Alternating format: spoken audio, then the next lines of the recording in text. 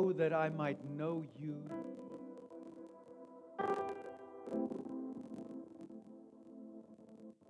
and the fellowship of your suffering, the power of your resurrection. Oh, that I might know you. In your very words, Lord, you spoke this. You said, this is eternal life, that they might know you.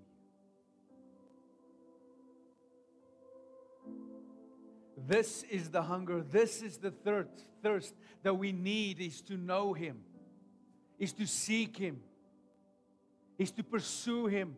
Seek first His kingdom. As Miguel said, there is purpose in it, there's destiny in it, there's a revealing of Him in it.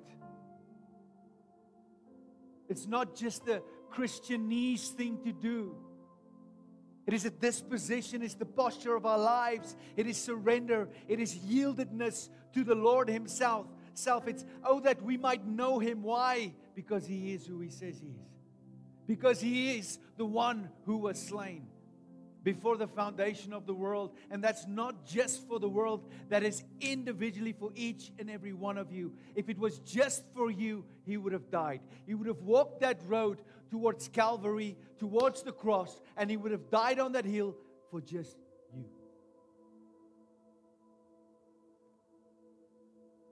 But it's not about you. It's about Him. It's about knowing Him. It's about what He wants, where He wants you. What does He want you to do? Where does He want to take you? What is the word that He has spoken over your life?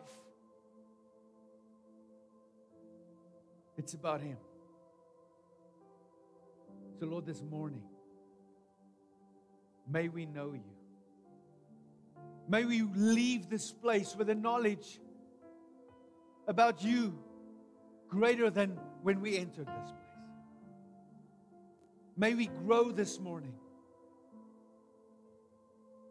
May we experience Your word. And may it be like a seed planted in good soil, Lord, that will reap a harvest of 30, 60, or 100-fold. Hallelujah. May we hear. Let those who have ears to hear, let them hear. Be glorified, Jesus. Father in heaven, be glorified. Holy Spirit, do what You must do. This is Your house. This is Your people. No one came to hear me. So speak, Lord. Your servants are listening. In Jesus' name. Amen. Hallelujah.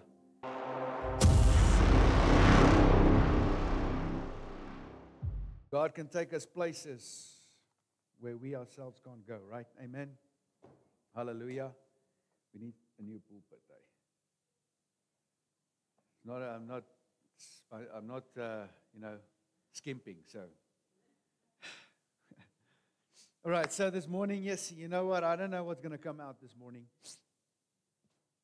I had this thing in me, and then I went through it this week, and even last night, and I was like, whoa, if I could have just recorded myself last night, I would have just played it to you, and it would have been powerful, because Jesus was like, this is what you're going to say, and I'm like, I know it's probably not going to come out that way this morning, but I hope that it will just hit you.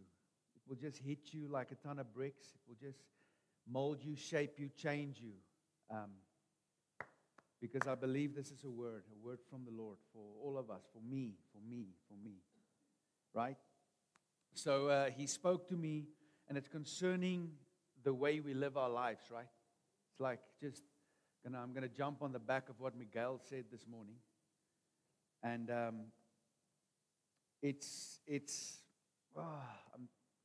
let me just give you the title of my message. It's Fighting for What You Believe, right? So a way of life worth fighting for. So that's where we're going to start. Let me kick off with a quote, then I can just flow from there. This is A.W. Tozer. It says, the things that are of earth belongs to sight, to reason, and to senses. The things that are of heaven belongs to faith, to trust, and a confidence in God. So I want to start off with What is this life about? It's a question I pondered about this week. I meditated upon. So why are we alive? Why are we waking up every morning?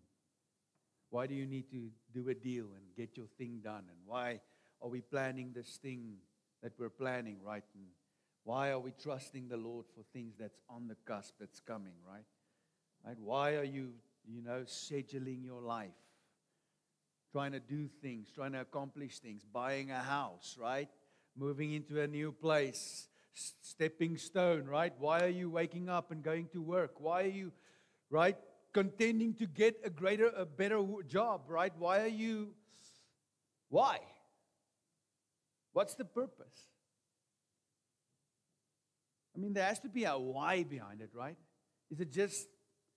Are we just like this body of flesh that has to do that? Otherwise, you're afraid you're going to suffer?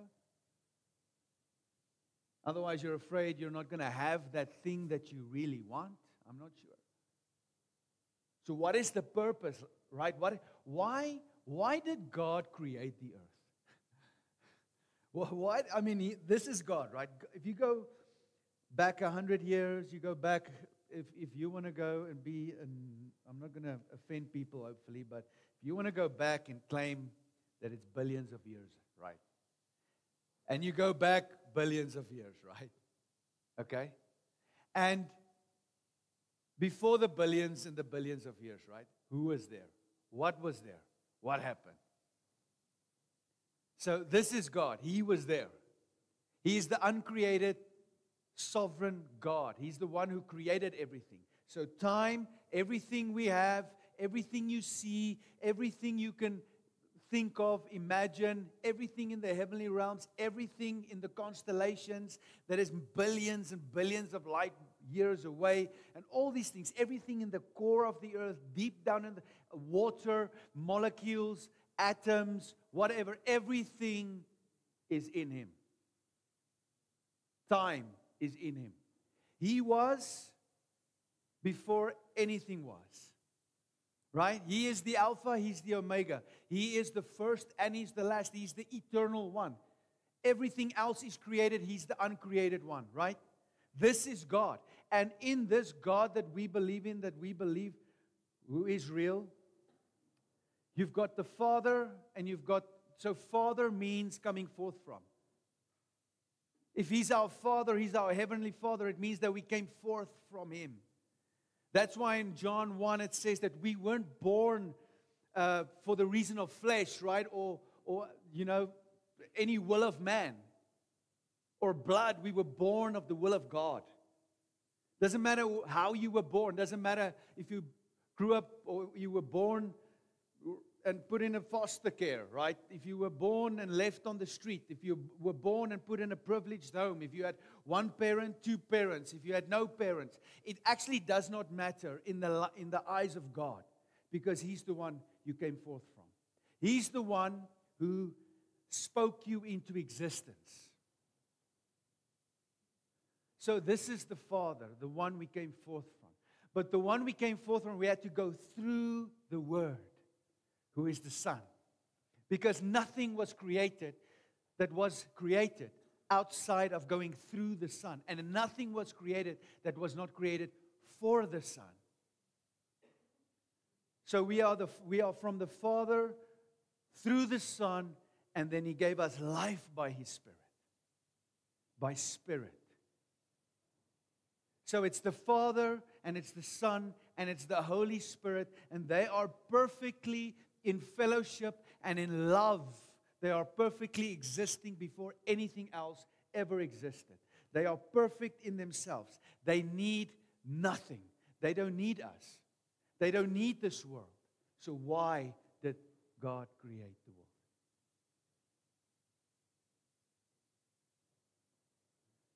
Because He's love. Because He's love, not like how we understand love, right? He is true love. He is this agape love, this love that you can only explain when you put Him in the picture. Because He's this love He wanted to express. He wanted an expression of this love. He wanted to put this love, right, in expression. And that's why He created us. Because we are the expression of His love. Everything He created it good. He created it perfect. He created you good. Before the foundation of the earth, you were in His heart. You were in His mind. You were in His plans, right? And I know sin messed that up. The fall of man messed that up.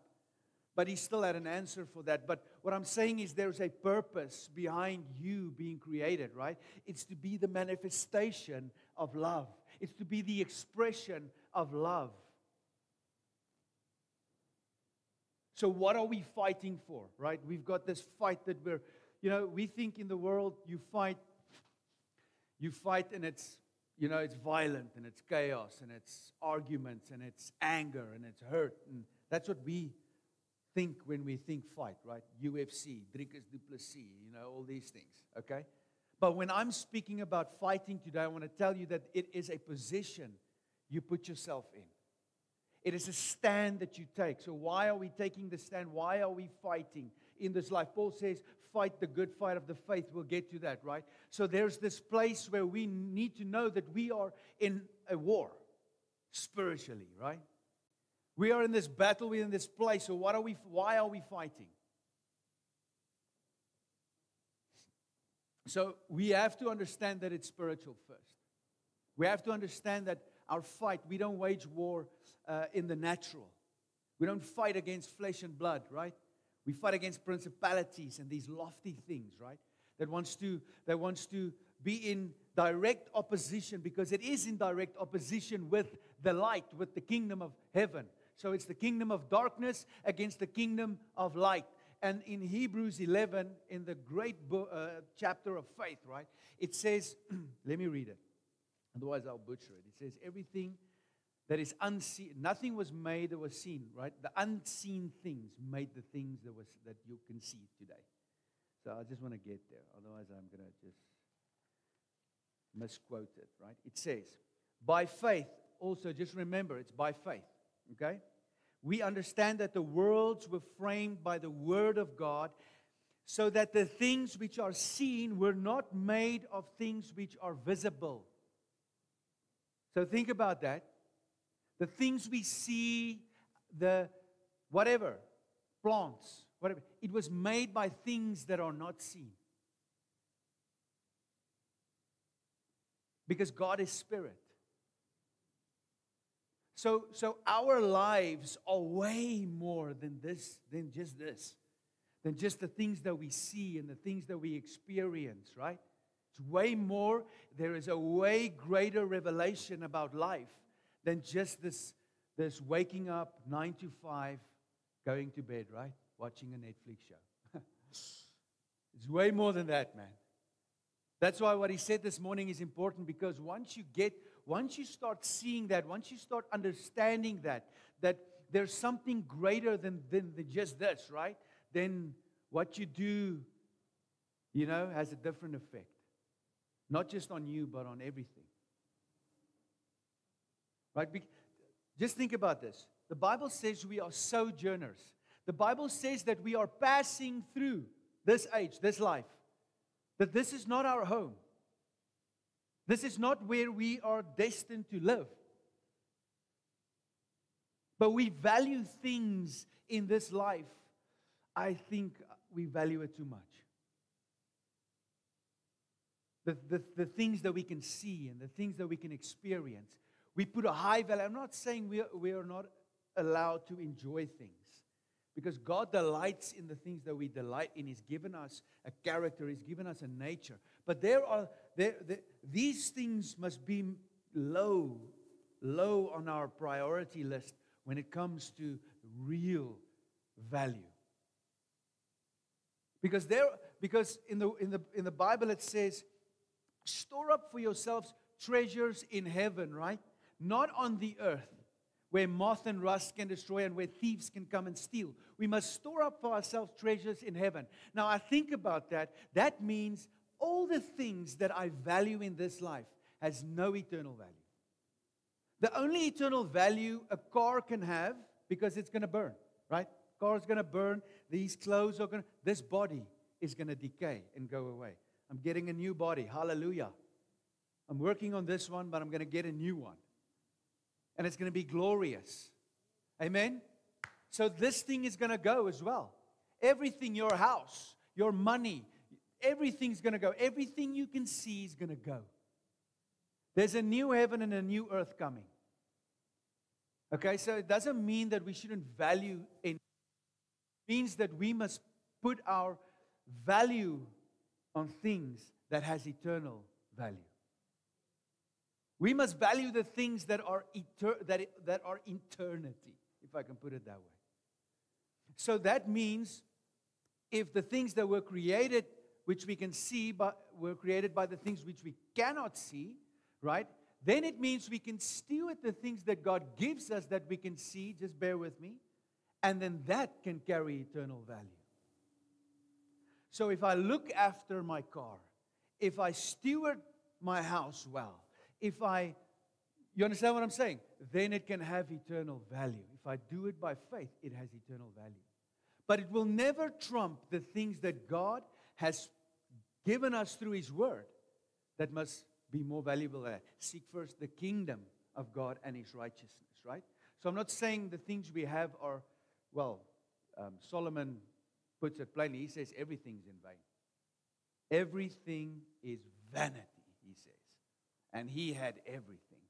He had 1,000 wives. He had the most money in the history of the world. Man, you think these guys with all this Bitcoin, they've got something. They've got nothing compared to Solomon. He had so much money that silver was like rocks in the street. Silver, the actual mineral silver. It's insane. And he said everything is vanity. It's worthless. So there is something that is greater in value for God than the things that we can see. So what are we fighting for, right? Why are you here? Okay, let me go. In Proverbs it says, it's one of my favorite scriptures, in Proverbs chapter 4. It says, wisdom is the principal thing. So get wisdom. But in all you're getting, get understanding. Now that's just, the first time I heard that I was like, what does that even mean? What does that mean? It means that it does not matter how much you seek God, how fervently you seek Him, you'll never know Him enough. In the Bible it says that my people perish because of a lack of knowledge, right? So get wisdom. In all you're getting, get understanding. And it's because of a lack of knowledge that we perish. So if you don't want to perish, get understanding, right? But what is it? Do we need to go into Google? Do we need to study more? Do we have to become more intellectual? No, it's not an intellectual knowledge. It's a knowledge of God. It's a knowing Him. Because He's the source of life, right? He's the one who we came forth from. He's the one who said in the very first thing He told Adam was, blessed are you. Blessed are you. Now, come together, right? Be fruitful and multiply and fill the earth with my glory. So He had this plan. This is our created plan, right? We had this plan where God created a garden. I don't believe He created a garden and then all of humanity had to get cramped up in the garden. I believe we would have, multiplied, tilled the earth. We would have planted. And it would have been glorious. We would have walked with Him, right? In the cool of the day, we would have had this great deep fellowship, naked, because we are unashamed before Him. And He sees us for who we are. And we see Him for who He is. And we can name the animals. And we can multiply. And we can be fruitful. And the earth can be filled with His glory. Listen, if you don't understand that, I don't either. So don't get hung up on that. One day when He comes back, the Bible says, then we will see.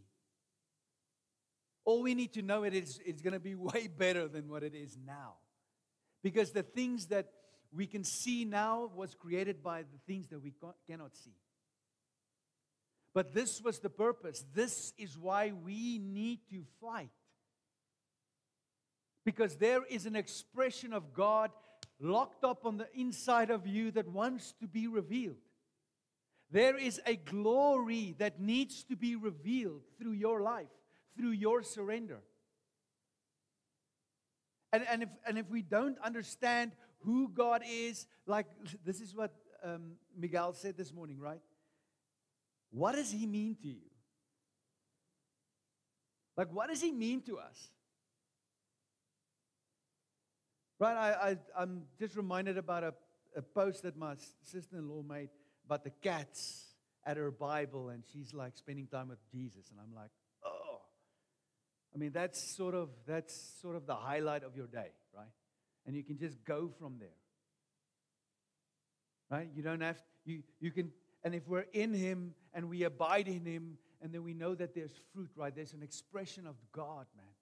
Because everything was set up when the fall happened, everything was set up to push our buttons, to get us to be derailed from our destiny, from our true identity, right? Because we were never created to sin.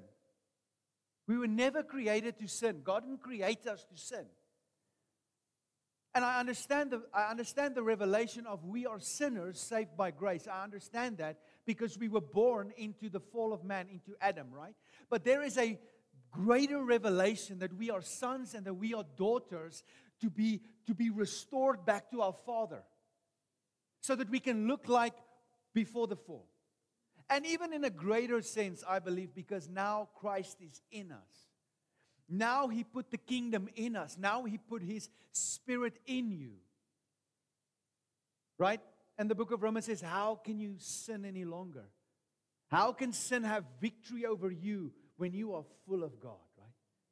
And I feel like sometimes there's this journey, this fight that we have, and you know, there's denominations, and these guys believe that, and this guy believes this, and whatever, and the world is against the church, and the church is against the church, and it's just Jesus is not Lord in the world's eyes. But when He is Lord, there are things that He has put in place to give us a revelation and weapons and tools to fight. So why we fight is to manifest Him, right? Is to be conformed to His image, because that's the will of God.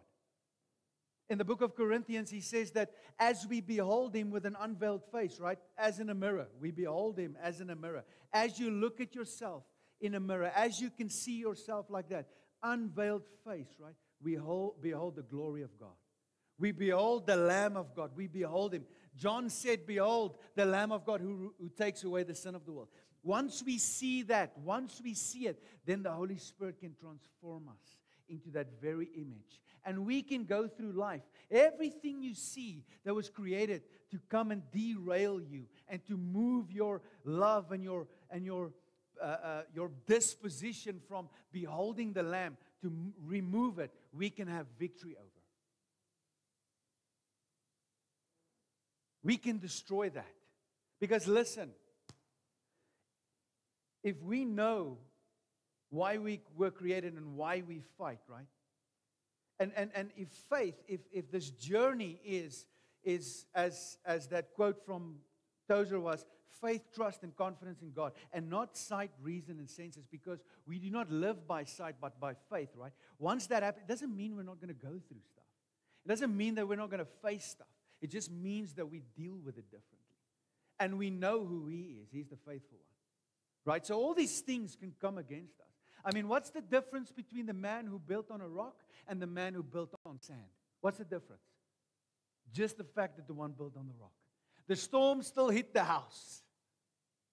The same storm hit the house.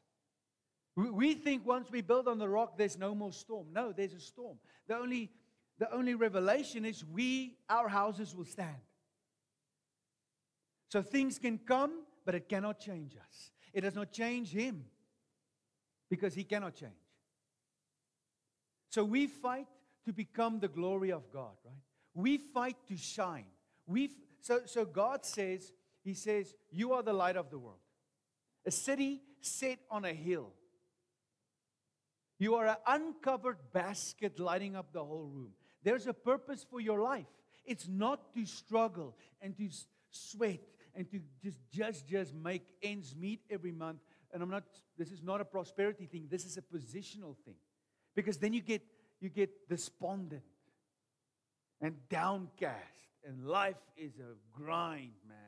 I need to wake up like Zaylee going to school, right? Where I got joy, laying hands on her, getting joy in her at school, right? And she's like top 2 in her school, right? She does so well, and everybody loves her there. And she prays for her teachers even, and they come and testify. And then she's like, "I hate school." I'm like, "How do you hate school? God uses you there. I mean, you're such a good,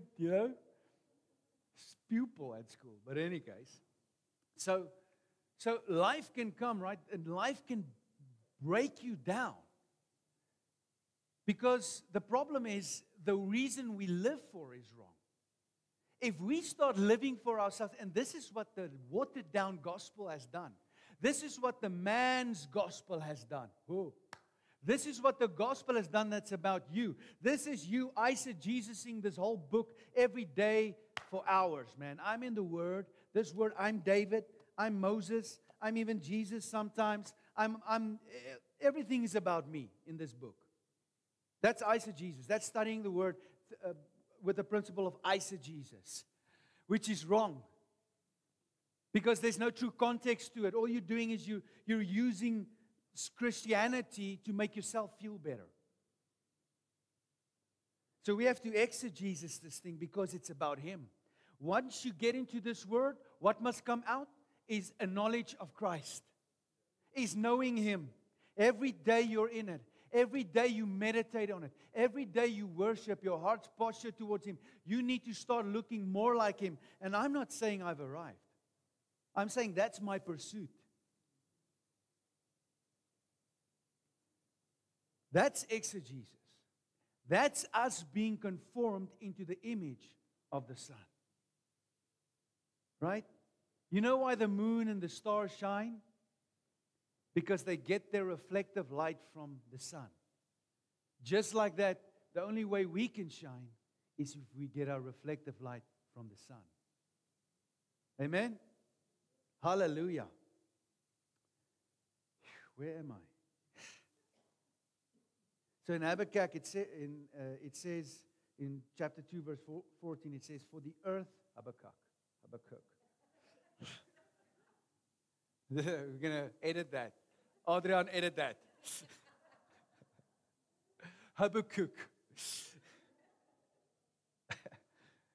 So, "For the earth will be filled with the knowledge of the glory of the Lord as the waters cover the earth." The earth will be filled with the knowledge of the glory of God. The glory of God. This is the mystery revealed. This is the mystery. You know that Jesus is the mystery, is the revelation of God. Jesus is the wisdom of God. He has become our wisdom. He has become our justification, our sanctification. But if He's the wisdom, right, it means in the old days, they didn't truly know God. Ooh, people are going to think I'm a big heretic by saying these things. But the Old Testament people, they didn't know God the way they ought to know God. They long to have what we have. Even angels long what we have. Christ in us. In Colossians it says, the hope of glory. It says, this is the mystery revealed. Christ in me, the hope of glory.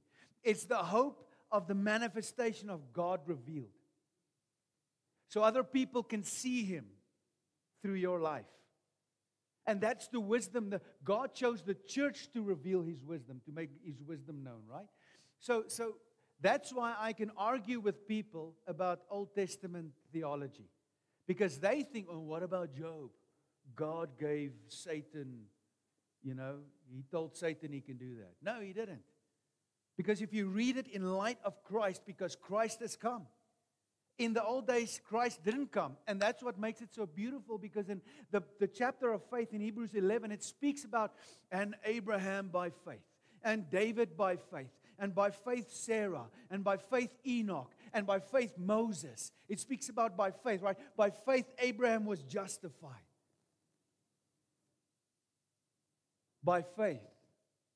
They are witnesses. Their lives bear witness of the one to come. That's why they are this great cloud of witnesses. Not these who's already run a race and they've done their deal and now they're cheering us on. Go boy, you can do it. No. We look at their lives and we see what they went through and what they sacrificed. Not even just knowing that He's already come, believing that He's still coming. And that's what Jesus said. He said, Thomas, you have seen, but blessed is the one who believes and does not see.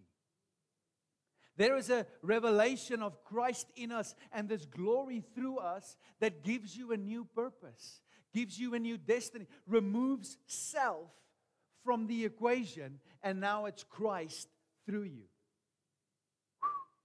If we can get there, I mean, the word, you know what? This is why water baptism is so important.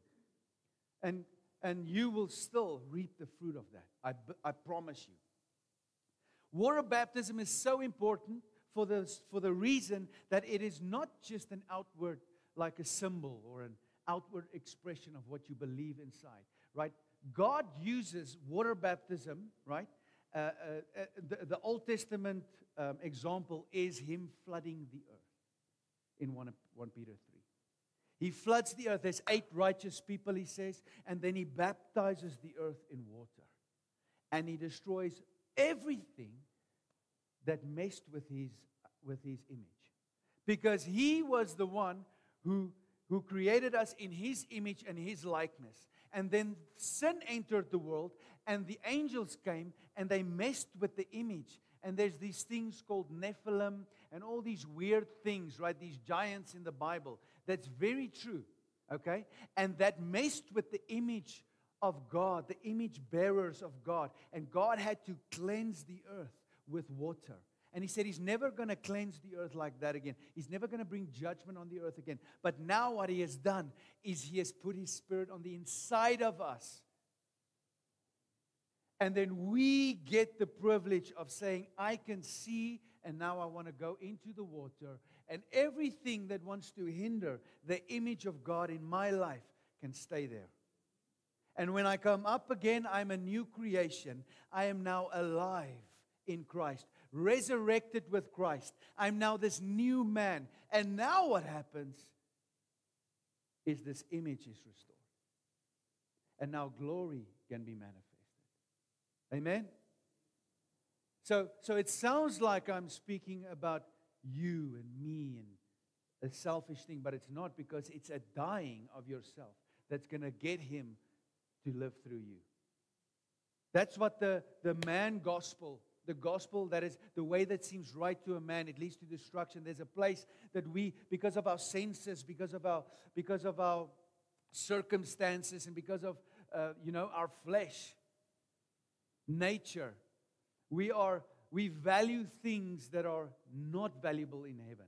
We value things, and that vagues our perspective. It vagues our purpose. It disrupts our destinies, our journeys. It puts us in a position where we are not able to see correctly, which means we are moved and tossed to and fro by these waves of the world, or these ways of the world.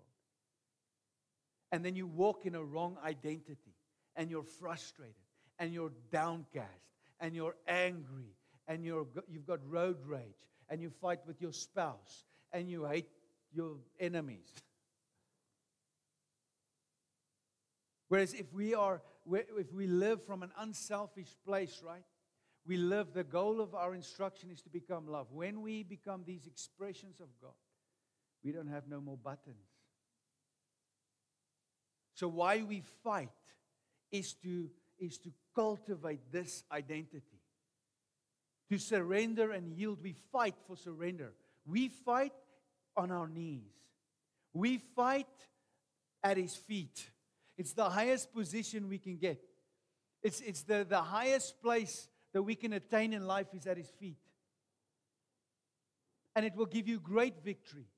Because nothing will be able to move you and sway you and put you in a position where you cannot manifest Him. And once once the world comes and gets places on you, right, buttons. That was one of the testimonies about that Don Wallenbach.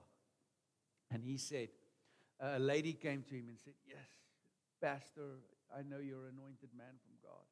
And I know when you pray, things happen, man. And I just want you to pray with me for my spouse. Because he pushes my buttons, man. And I just want you to pray for him that he can just get a revelation and just stop pushing me in ways that just frustrates me and, gets me revved up and all these things. And he says, no, you know what, I'm going to change that prayer. And she says, why? He's like, no, I'm going to pray that God remove your buttons. Because if God removes our buttons, nothing the enemy throws at us, nothing life throws at us, no bad news, nothing that makes us worry or, I can get real in myself, deep down in myself, then stuff start bothering me, and she knows, right? And it's like, why doesn't someone pay? Why? And then that thing starts crapping at me, and I'm like, Jesus, just remove that from my life, right? Just get that out of my life. I don't want to be moved by the natural and the things that are against the kingdom in me.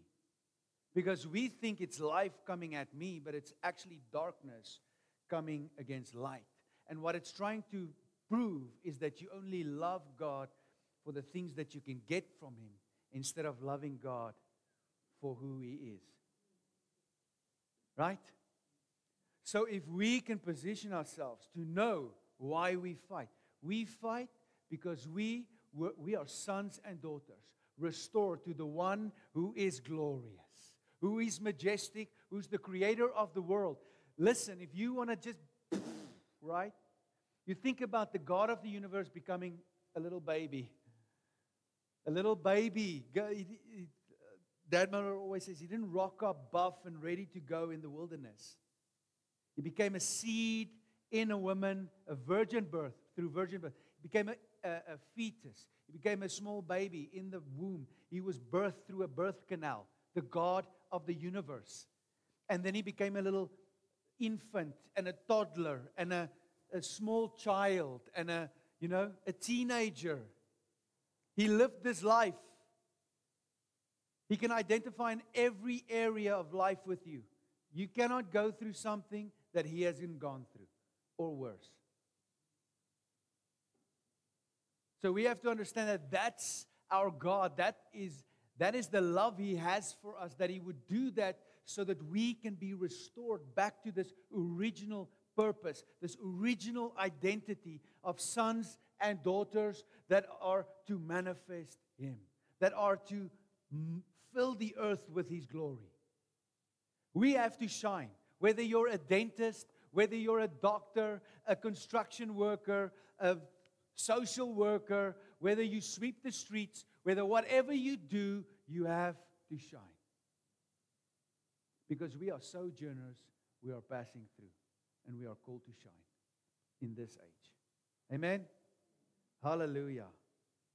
So living by faith. This is how we shine. We live by faith. We are not affected by the things that we see, right? Faith is the substance of things hoped for, the evidence of things not yet seen. What does that mean, Les? It means that we don't pray because we want the Lambo and we believe that we have the Lambo, because faith says if I can see the Lambo before I have the Lambo, I can get the Lambo. That's not faith. Faith is you see the things that you cannot see in the heavenly realms. You see the war against light and darkness.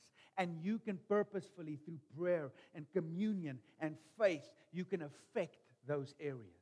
You can become a weapon of warfare in God's army, right? By just positioning yourself correctly, seeing, you know what, there's poverty in this place. There's weakness in this place, or suffering in this place. There is a wrong mindset in this area. There is a depression there, a sickness there. There is all these things that is not heavenly, that is not eternal, and I have to come against it. I can live by faith. I can call it in, and I can make it disappear.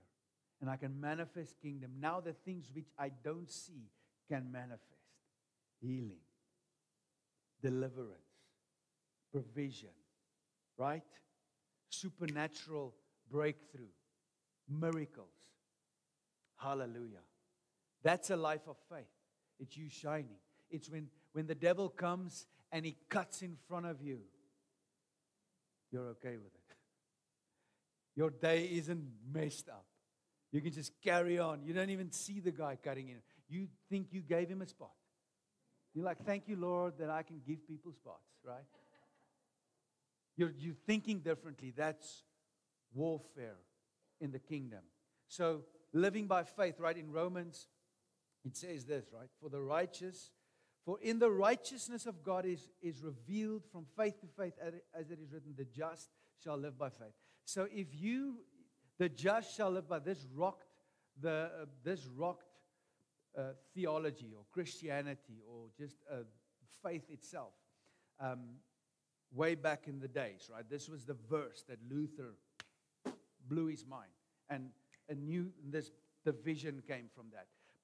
But what this says is the just shall live by faith. The righteous shall live by faith. You are justified through your faith because you received this grace that positions you as a son, and now you can live that way.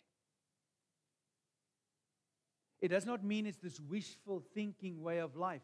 Us living and wanting things, and we believe we're going to get it. And we believe we're going to get it. And we believe we're going to get it.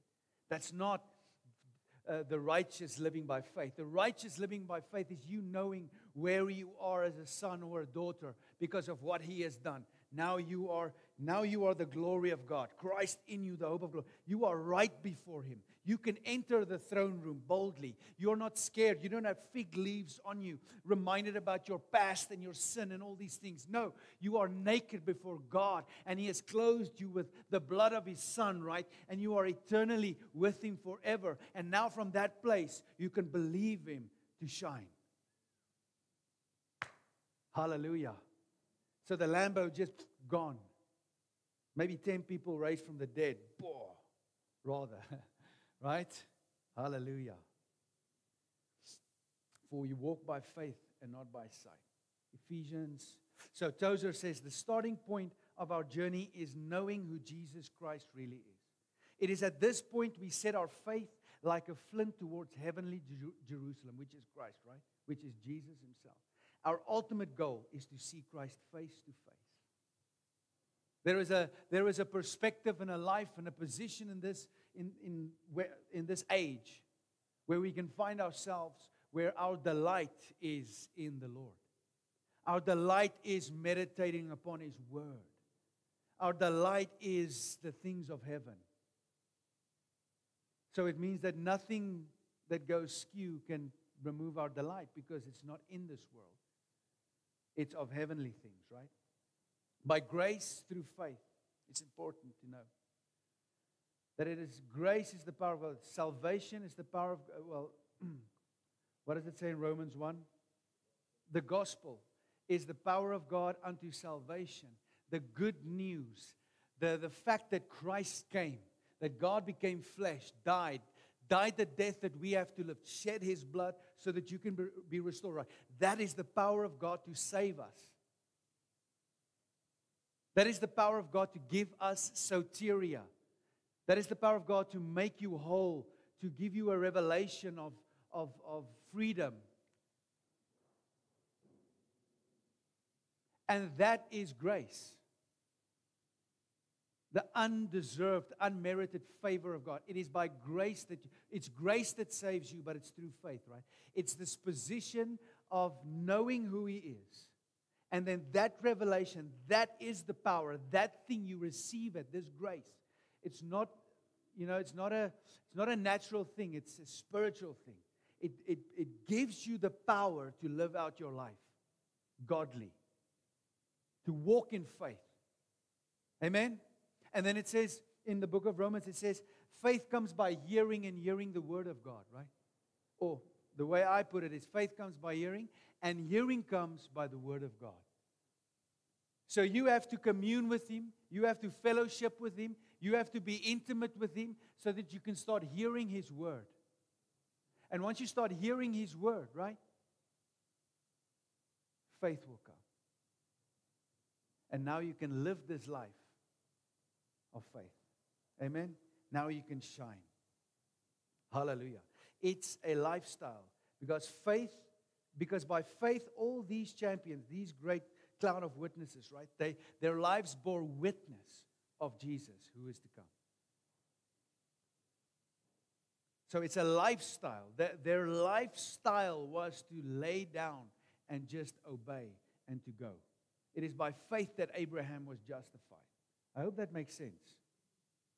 In 1 Timothy 1:17, it says, "Now the King eternal, immortal, invisible, to God who alone is wise, be honor and glory forever and ever." We must understand that our God is eternal. Our God is immortality. It says in 1 Timothy 6, he says, which he will manifest in his own time. He who is the blessed and the only ruler, the King of kings and the Lord of lords, who alone has immortality. Who alone has immortality. This is our God. You cannot have an eternal life outside of Christ. No one comes to the Father except by Christ. And you cannot have this, you cannot come to Christ or abide in Christ outside of faith. Because it's grace that empowers you to abide. It's grace that empowers you to shine. And it's by faith. Hallelujah. Hallelujah. I'll come to a close now. So this shining, this manifestation of God, this revelation of who He is, it's something we have to fight for. Daily, Paul says, work out your salvation daily. Work out this whole package that He gave us. These promises, right? In Timothy, Paul says, this charge I commit to you, son Timothy, according to the prophecies previously made concerning you, that by them you may wage the good warfare. These promises, this book, this Messiah who came, this Lamb who died for us, this gospel message, right? These words spoken over us. That's why I prayed in the beginning. What has God said about you? And I'm not talking about some prophet coming here and giving you a prophetic word. I'm talking about, have you gone into this thing and found out what God has said about you? Who you are, who He is. So that those things can position you to wage good warfare. Right? Having faith and a good conscience, with which some having rejected, right? There is a place where people have rejected this good news, these promises over their life. And it says they shipwreck themselves. In 1 Timothy 6, it says, fight the good fight of the faith. Lay hold of eternal life, to which you were also called, and have confessed the good confession in the presence of many witnesses. That is what she did. That is what my sister did. That is hopefully what all of us did. My dad also did it. I know about lots of you who did it. We have confessed this good news. We have confessed this light in us, this transformation in us in front of witnesses. And it's the beginning point of us shining. Now we should not just, you know how you answer Jesus, the Bible, and how you know you believe in a man's gospel is that the only thing you're concerned about is going to heaven. Because the gospel, grace, a life of faith, right, has got nothing to do with heaven. It's got everything to do with transformation. If there's no fruit in your life, if you don't transform, if you're not being transformed into the image of God, right, then there's a problem. There is a big problem. You're either selfish because you think, you position yourself outside of faith. You think it's this false humility. You think you can do whatever you want, live a life however you want, and still go to heaven because Jesus died. And I'm scared if you find yourself there. It is a life laid down. I'm not saying you need to sell everything now and you need to go become a missionary like our beautiful people here, right? It's not that. It's that you need to understand that there is a greater purpose than you waking up and doing all these worldly things, living out this easy life. We find it difficult, which you find difficult, but it's actually this easy life because you take no responsibility and you don't walk in faith. And it's hard. It's hard to walk in faith because once you make that decision, it's like you say, your dad's like, everything is coming at you from every areas because the enemy's like, he's still got buttons. I'm going to prove to you, he only gave his life for you so that he can get a better life. I'm going to prove it to you. And once you lay a hold of this grace, nothing can move you. Nothing can change your perspective. Nothing can make you not believe who he is and what he has done. And once that happens, it doesn't matter what comes. He cannot derail you. You have no buttons. And he will, at the end of it, we win in any case. Whether we die, whether we live until we're 150, we win. We don't die, right? We live forever in Christ. We are sojourners. We are just passing through. I think about all these great Old Testament people, right, that God used. And a lot of them, man, I'm pretty much older than a lot of them. You know, and we think like, oh my God, if I die at 50 or 60, it's like this big deal. God came and he took us and whatever. It's like there were some people in the Old Testament that lived like 30 years and changed the nation. And they violently died. And God's like, I will remember him. So we don't have to be afraid of dying, right? We have to be afraid of being complacent and not transforming and not living by faith. And then life can come. And then we will have victory. And he's faithful. Amen? Hallelujah. In 1 Timothy 1:5 it says, but the goal of our instruction is to become love, which springs from a pure heart and a good conscience and a sincere faith. Because love is the greatest weapon.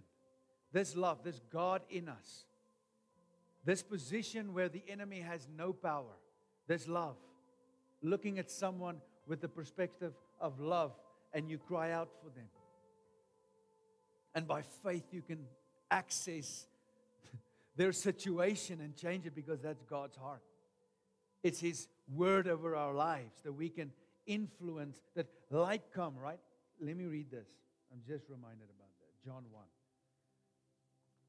I knew I was going to try and quote it and then I'm going to mess it up somewhere and I'm going to turn there in any case. It says, in the beginning was the Word and the Word was with God and the Word was God, right? He was in the beginning with God. That's what it says, this Word. This is Jesus. All things were made through him, and without him nothing was made that was made. In him was life, and the life was the light of men. And the light shines in the darkness, and the darkness did not comprehend it, right? So let me tell you, you have that light in you because Christ is in you. Darkness cannot comprehend that light, cannot withstand that light. It needs to go. But we don't truly always believe that. And once we face darkness and it doesn't go, we get scared. We drop our faith. If you're really honest with yourself, that's what I do. I'll put up my hand. That's what I do. If I pray and something doesn't happen, man, I drop my faith. I'll just be open with you. And it's wrong. Because I know he can do it. I know he can change that situation. I know he can bring healing. I know his kingdom can manifest right there because it's real. It's happened. I've seen it. But I drop my faith. But I need to believe this more, that his light in and through me is greater than the darkness. It says that there was a man sent from God. You are sent from God. You came forth from the Father. You are sent from God. It says this man's name was John, right? This man came for a witness, to bear witness of the light. If you have been baptized in the Holy Ghost, you are now his witness. And you came to bear witness of this light. You now are the city set on a hill that lights up, the whole area. You are now this lamp in a room giving light to the whole room. You are now salt and light. Amen? Hallelujah. He was not that light, it says, but was sent to bear witness of that light. So I am not Jesus, right? But he's in me. And he shines through me. My life is my life is a sacrifice, and I lay it down so that I can shine His light, right? So that I can become the glory of God. It removes all responsibility from me in that sense. I need to yield, I need to die, and I need to surrender, yes. But it means once I do that, it's His light. Amen? Hallelujah. He was in the world, and the world was made through Him, and the world did not know Him. Once again, just confirming that the world before He came and He revealed Himself, and He revealed who the Father is before that, the world didn't know Him.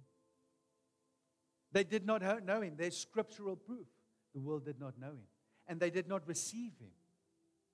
But it says, to as many as whom received Him, to them He gave the right to become children of God. This right is that restoration, grace, life of faith. So why do we fight? Because He came. Because His glory, because of His purpose. The destiny He has given us to be conformed to His image. That's why we fight. And it doesn't look like it looks in the world, right? So Nicodemus comes to God and he says to Jesus, and he says he comes at night because he's afraid, right? He's this church-going guy, no, I'm just joking. I'm just joking. No, he's this religious guy, right? He's this religious guy, and he comes to Jesus. He's like, Lord, I can see that you're a man from God. I can see that He's called you, right? Because you do all these crazy things. He says, but how can one get eternal life? And Jesus says, truly, I say to you, a man must be born again, right? Otherwise, he will not see the kingdom of God. And then Nicodemus is like, how must you be born again? How must a man go back into his mother's womb? How must he be born again? That's just stupid. And Jesus says, truly I say to you, you must be born of water and of the Spirit. Unless a man is born of water and of the Spirit, he will not enter the kingdom of heaven. There is a distinction there. There is a place where you make a heart's confession, where you become a born-again believer, right? Where you have to be born again. You confess Him as your Lord and Savior. It's your conversion. It's where you go from darkness into light. You are now a new creation, right? In the sense of a spirit. Now you can see clearly what He has done. What the Lord has done, who He is, how He died for you, how He took you from darkness into light. You can see that. And now what that does is it leads you to the waters and to the Spirit. That's what it does.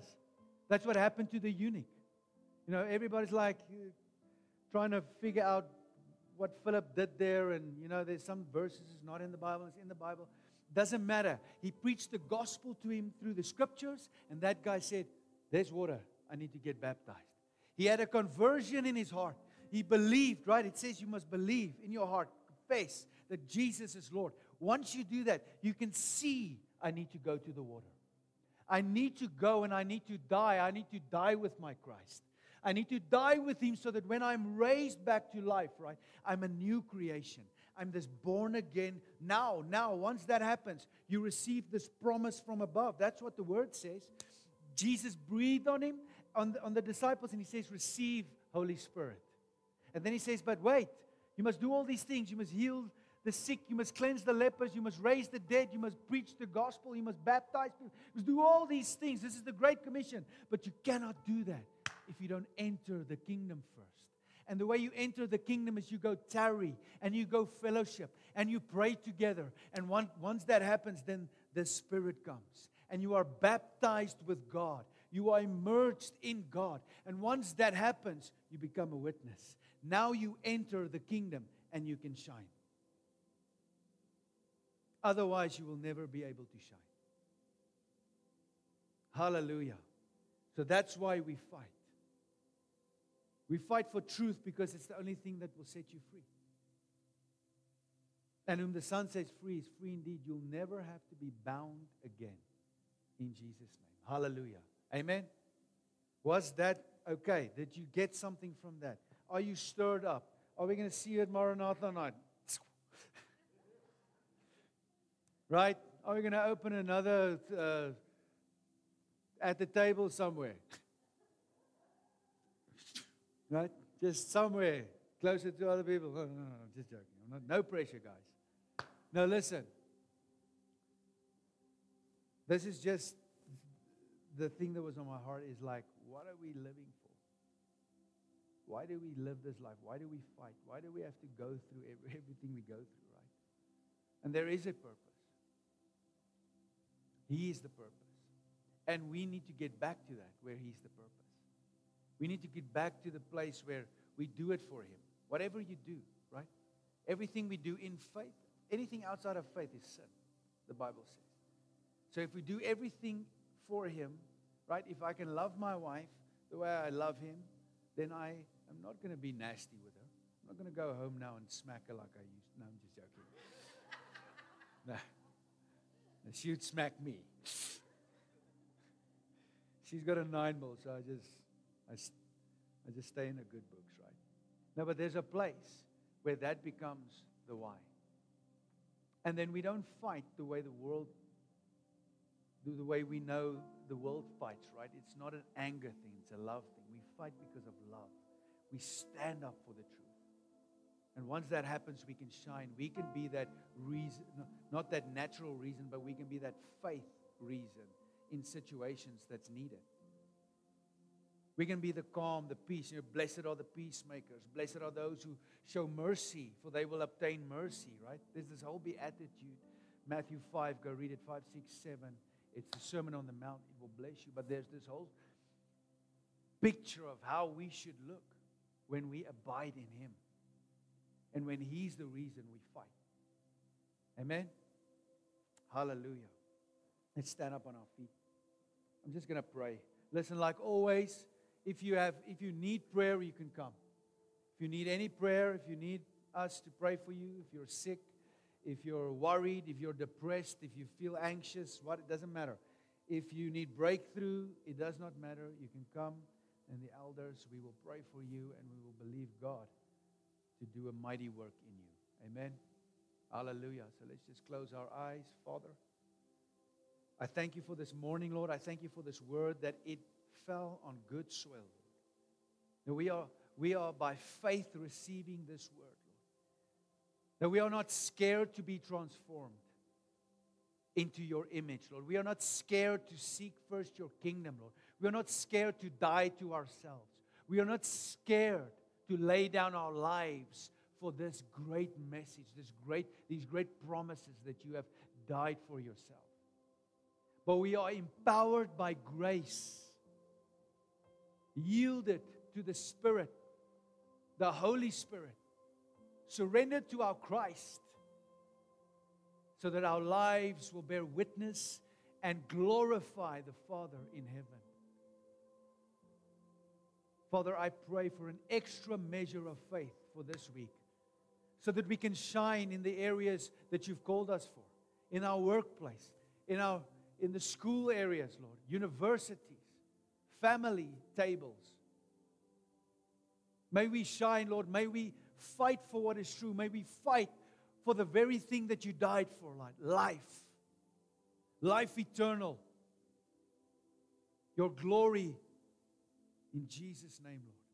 I pray that we will receive that now, Lord. That we will not shrink back when people question, but that we will rather be stirred up to go and find the answer in your word to those questions. When people struggle and when people need an answer, Lord, may we seek your face so that we can become these vessels that you can use to touch the lives of those who have questions or those who have situations. May we truly become your body. Thank you for the privilege of fellowshipping, meeting together, Lord. We know that this pleases you. This commands a blessing, Lord, so I pray that blessing over each and every member of this house. I pray that as we go, Lord, your Holy Spirit leads us, guides us, not just into truth, but into manifesting your great commission. I declare it over your life in Jesus' name. Preach the gospel, the good news, And then baptize people in the name of the Father and of the Son and of the Holy Ghost. And then heal the sick, cleanse the lepers, raise the dead, cast out devils. In Jesus' mighty name. Amen. Hallelujah. God bless you all. Have a beautiful Sunday. Great week. Yeah, don't forget to give. Drop a seed. It will bless you. And it is for the kingdom. Amen. Hallelujah. Grab a coffee. Chat to someone. Pray for someone. We love you.